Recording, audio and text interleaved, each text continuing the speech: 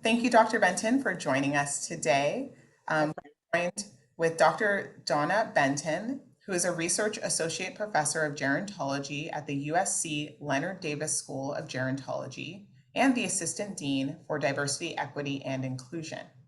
Dr. Benton received her PhD in geropsychology, and she's also the director of the USC Family Caregiver Support Center and the Los Angeles Caregiver Research Center. Okay. Hi, thank you for more for that.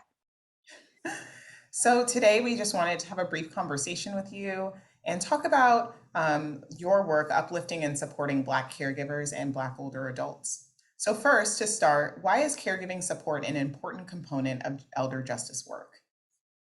You know, family caregiving is something that most people, it's like a fish in water. We don't realize that it's something that surrounds us all the time.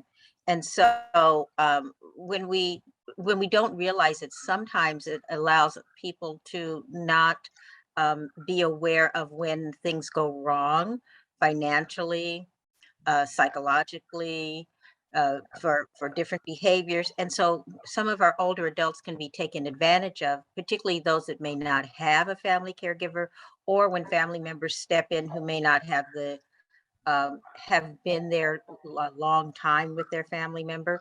And also, we need to have policies that don't impoverish older adults as they get older. So, and all of that falls into caregiving and health. Thank you. So briefly, could And you tell us, oh, go ahead. I think the next one is going to be about, at some point we'll talk why this is very specific for for the Black community. Yes. So briefly, can you tell us about your work with the USC Family Caregiver Support Center? Sure. The center itself is part of a statewide network of caregiver resource centers throughout the state of California. And we have really comprehensive services for the unpaid family and friends caregivers. So it could be family of choice or family by blood relations. What we do there is we really take time to help families through the caregiving journey. And that means that from the time when you're starting to go, I I have to buy more groceries, or I'm going to the store for my relative, or I'm doing more driving, all the way through the end of life care. Each part of that natural thing that we do as family members to help somebody out with any of these tasks, you probably may not know, like, what should I expect next? Or sometimes I don't know where to turn for a resource. Or sometimes I want somebody else to talk to because my relatives are saying, I don't want to hear that. Are they still sick? Or you're working and you're trying to balance your work and family. So our center is there to provide those resources, to provide case managers, to help. Sometimes we need a break, so we have respite, education, training, and just to be that community support so that families can really concentrate on the relationship and not so much on what you have to do from day to day, and to kind of relieve some of that stress and also help celebrate the being able to care for someone. What an amazing resource. So your work also focuses on supporting Black caregivers and Black older adults. So what challenges are you seeing for these groups in your work? And for the Black community, we've been caregivers on a dual end. We've cared for our family and we care for other people's families. It's been in our history for forever. And what happens is, for Black caregivers, we actually are caring for us. Our relatives tend to be sicker, have more health conditions, more complex health conditions, and because of the sometimes fragmentation that's occurred recently with our families, we may not have the what people think of traditionally as like, oh, you have the church behind you, you have all your relatives around you. We're not all together right now. Our families are smaller, they're spread out.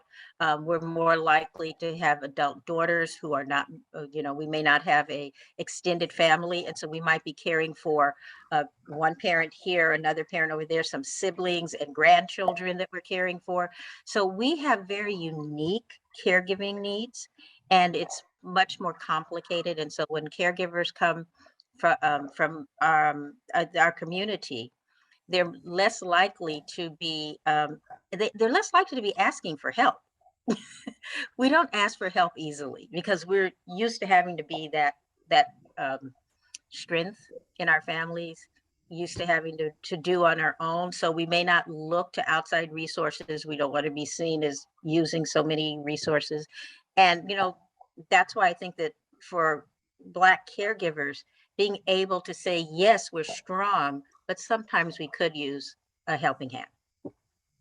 That's And then there are insightful. historical things that have made it difficult for us to qualify for services Yes. because when poverty is high among our population, but we also have people that don't or who are just above that, and you can't qualify for anything that you need as a family caregiver. And so we don't always want to spin down into poverty. That isn't anyone's goal. And that just keeps it going on for generation after generation, and it makes it harder for us to build any wealth in our community. Thank you for your insight on that. And finally, do you have any recommendations for steps that aging services and legal assistance providers can take to engage in this work and to reach Black caregivers and Black older adults? I would say, particularly for legal services, the more we can look at policies that have that force us to keep spending down so that we can only use programs that are for low income. I think we should find ways where we don't have to do that because that does not help our community at all. I think that particularly for our older adults, we have to look at those health policies that are not that are causing some of these health disparities. And what can we do and look at reimbursements and where things are placed in our communities and resources that have come into our communities or lack thereof in our communities. And I would say the other thing, just to think of, and also from a standpoint of legal services, we should probably try to help. We don't have enough legal services in our community that really give us kind of like planning for the future, and so that we can start earlier.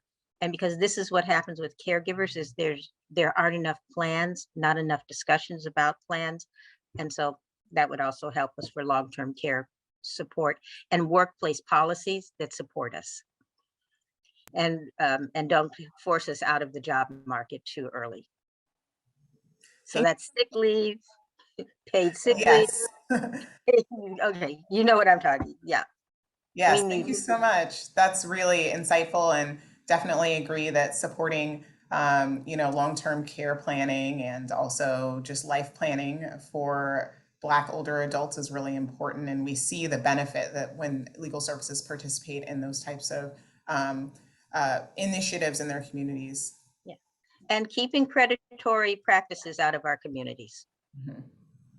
Definitely. because we have a house and maybe as a caregiver, they may be targeting us and our family members around reverse mortgages or, taking out too much of loans on things. And that might be our only asset. And people aren't always have our best interest at heart. Well, thank you for joining us today, Dr. Benton. We really appreciated your insights on Black older adults and Black caregiving. And thank you for coming to help celebrate Black History Month. It's a celebration.